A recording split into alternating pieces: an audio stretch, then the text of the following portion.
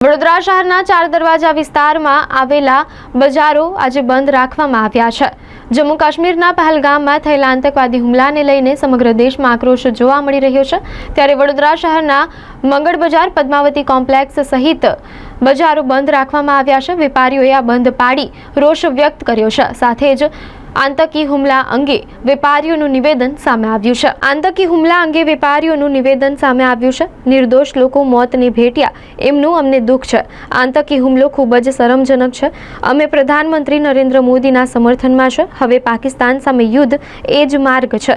જો યુદ્ધ થાય તો વડોદરાના વેપારીઓ તન મન ધનથી મોદીજી સાથે છે તેવું વેપારીઓએ જણાવ્યું હતું। આજરોજ મંગળ બજાર વેપારી મહાજન મંડળ પૂર્વ વિભાગ, પશ્ચિમ વિભાગ, Munshi ખાચા association, Padmavati shopping centre, વાસણ બજાર અને 4 દરવાજાના લહેરી પથારા, તમામ કલા મંદિરનો ખાંચો, તમામ વેપારી મિત્રો એક સાથે મળીને પહેલગામની અંદર જે આતંકવાદી હુમલો થયો છે તેને સમર્પિત કરીને આપણા ભારતીય નાગરિકોને શ્રદ્ધાંજલિ સ્વરૂપે આજરોજ આ સખત બંધ પાડવાની અંદર આવ્યો છે।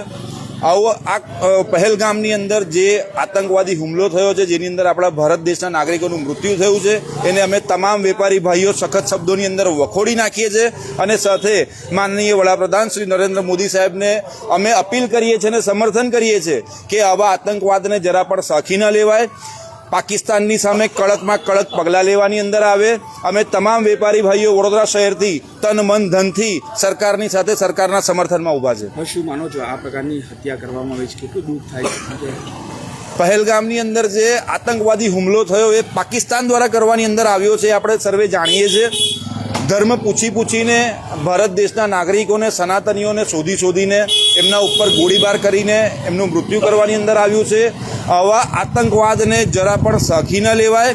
આનો સખતમાં સખત જવાબ પાકિસ્તાનને વહેલી તકે માનનીય વડાપ્રધાન નરેન્દ્ર મોદી સાહેબ આપે એવી અમે આશા રાખીએ છીએ। બિલકુલ, પાકિસ્તાન જવાબ આપ શું માનો છો? જે પ્રકારે આ બંધ પાડવામાં આવ્યું છે, કેટલું દુઃખ થાય છે કે આ પ્રકારની હત્યા કરવામાં આવી છે? દુઃખ તો એવું થાય છે કે હવે જે કાશ્મીરની સ્થિતિ જે સુધરતી હતી અને ત્યાં આગળ આપણા જે યાત્રીઓ ત્યાં આગળ ગયા હતા અને એમની પર જે ખોટી રીતે આતંકવાદી હુમલો કરવામાં આવ્યો છે અને એનાથી ખૂબ જ નુકસાન થયું છે અને અમને પણ એના માટે દુઃખ છે। જે સવાલ એ છે તમારી પાસે આવીશ કે જે પ્રકારે આગામી સમયમાં અમરનાથ યાત્રા પણ જવાની છે, ક્યાંક ડર ઊભો કરવા માટે આ પ્રકારનું કૃત્ય થયું, શું માનો છો? પાકિસ્તાન એ હંમેશ એક આ જ રીતના કૃત્યો કરતું આવ્યું છે। આતંકવાદને વારંવાર ભારત દેશની અંદર જ્યારે પણ આવા આતંકવાદી હુમલા થયા છે ત્યારે પાકિસ્તાનનો જ આની અંદર હાથ હોય છે।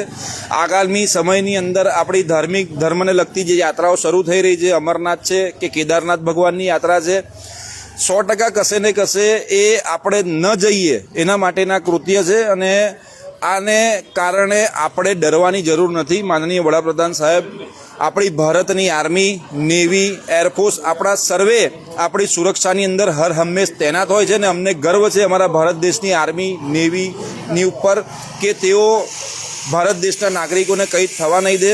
આ જે હમલો કરવાની અંદર આવ્યો એ પીઠ પાછળ વાર કરવાની અંદર આવેલો પહેલગામની અંદર જો સામે છાતીએ પાકિસ્તાનની તાકાત હોય તો લડીને બતાવે કે અમારી આર્મી, નેવી, એરફોર્સ શું કરી શકે છે, પાકિસ્તાનને જવાબ મળી જશે।